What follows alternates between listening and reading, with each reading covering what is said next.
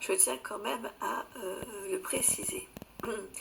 Il va se passer aussi un événement assez considérable dans le monde du rallye de la voiture, de la grande vitesse, de la vitesse.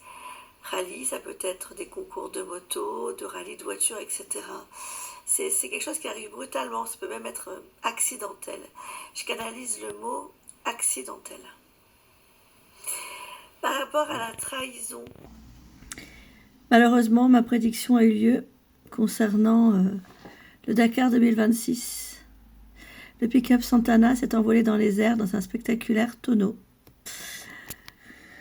Je vous fais écouter la bande, enfin il y a une petite pub avant et après, le contenu après l'annonce audio.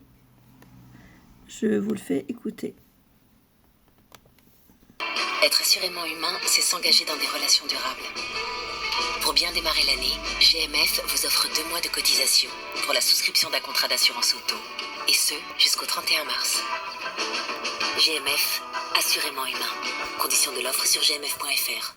Dakar 2026, l'impressionnant crash lors de la 5e étape, vidéo. Jésus Calja et Edu Blanco ont été contraints à l'abandon après avoir été victimes d'un spectaculaire tonneau. L'aventure du Dakar 2026 est brutalement terminée pour l'équipage hispano-argentin composé de Jésus Calja et Edu Blanco. Le duo roulait à grande vitesse sur le tracé saoudien de la 5e étape lorsque leur véhicule est parti en tonneau dans une zone dangereuse qui n'avait, selon la presse espagnole, pas été signalée dans le roadbook. Le pick-up Santana a piqué du nez après une petite bosse avant de s'envoler, toucher le sol une première fois et partir dans un spectaculaire tonneau. Le véhicule est lourdement retombé sur le toit. La direction du Dakar a rassuré en indiquant qu'aucun des 2 hommes ne s'était blessé dans cet impressionnant accident. Le tandem, qui occupait la 43e place du classement général à l'issue de la 4e étape, a toutefois subi des examens médicaux par précaution. J'ai pas mal de bleus et d'hématomes, mais je ne crois pas avoir de problème sérieux, avait eu le temps de glisse Jésus Calja au site Marca. Chaque Dakar est une leçon. Parfois, on croit avoir tout vu, et puis le désert nous remet les idées en place, avait déclaré avant le départ le pilote et présentateur de télévision espagnol qui prenait part à son 6e Dakar cette année. Bon, nous avons l'image qui est claire. Je n'aurais pas aimé être dans la voiture à ce moment-là quand même. Hein. Je vais essayer d'agrandir. Voilà. Est-ce qu'on nous dit autre chose ?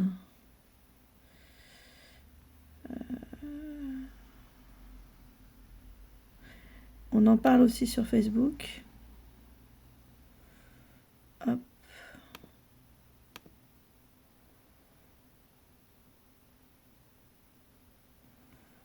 Regardons.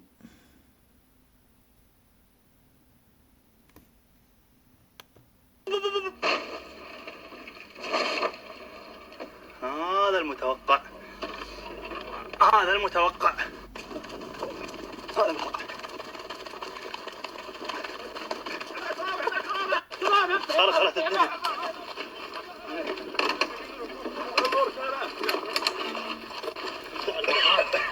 اوكي Are you okay? Be careful, be careful.